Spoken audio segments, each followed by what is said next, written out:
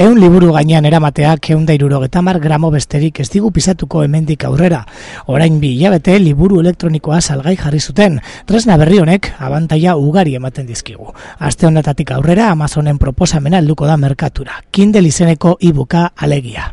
Kaleetan, trenean edota autobusean ere liburu elektronikoa ikusten hasi gara. Izan ere, e-bookak eskaintzen dituen abantailak asko dira.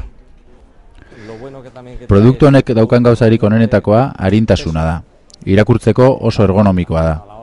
Tamaina handiko eleberrietara ohituta gaude, baina e-booka ordea eskuan, poltsikoan zein poltsatxo batean sartu aldugu. Hasi gara dagoeneko kalean, trenean, metroan eta autobusean e-booka ikusten.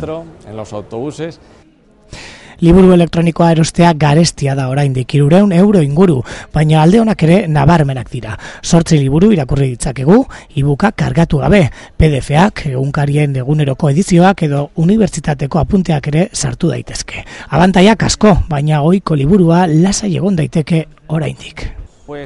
Gero eta jende gehiago eskatzen du produktu hau.